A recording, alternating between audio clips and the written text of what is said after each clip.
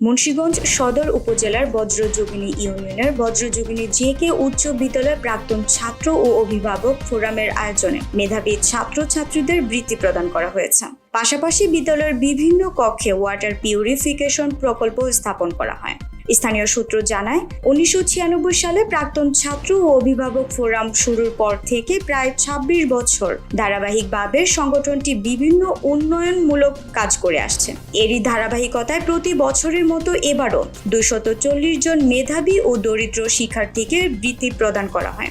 এছাড়া বিভিন্ন কক্ষে 10টি ওয়াটার পিউরিফিকেশন বসানো হয়। প্রাক্তন ছাত্র ও অভিভাবক ফোরামের সভাপতি মিজানুর রহমান খানের সভাপতিত্বে প্রধান অতিথি ছিলেন সংগঠনটির প্রধান পৃষ্ঠপোষক মহসিন আলী নাসির। বিশেষ অতিথি ছিলেন অন্যতম প্রধান পৃষ্ঠপোষক শফিকুর রহমান, সাংবাদিক ও সম্পাদক মীর নাসির উদ্দিন উজ্জ্বল, রাকা ইন্ডাস্ট্রিজ প্রাইভেট লিমিটেড এর চেয়ারম্যান রফিকুল ইসলাম, আর্টিসান গ্রুপের চেয়ারম্যান আলী আহমেদ রাসেল, বজ্রযোগিনী জেকে উচ্চ বিদ্যালয়ের প্রধান শিক্ষক মোহাম্মদ জহিরুল ইসলাম।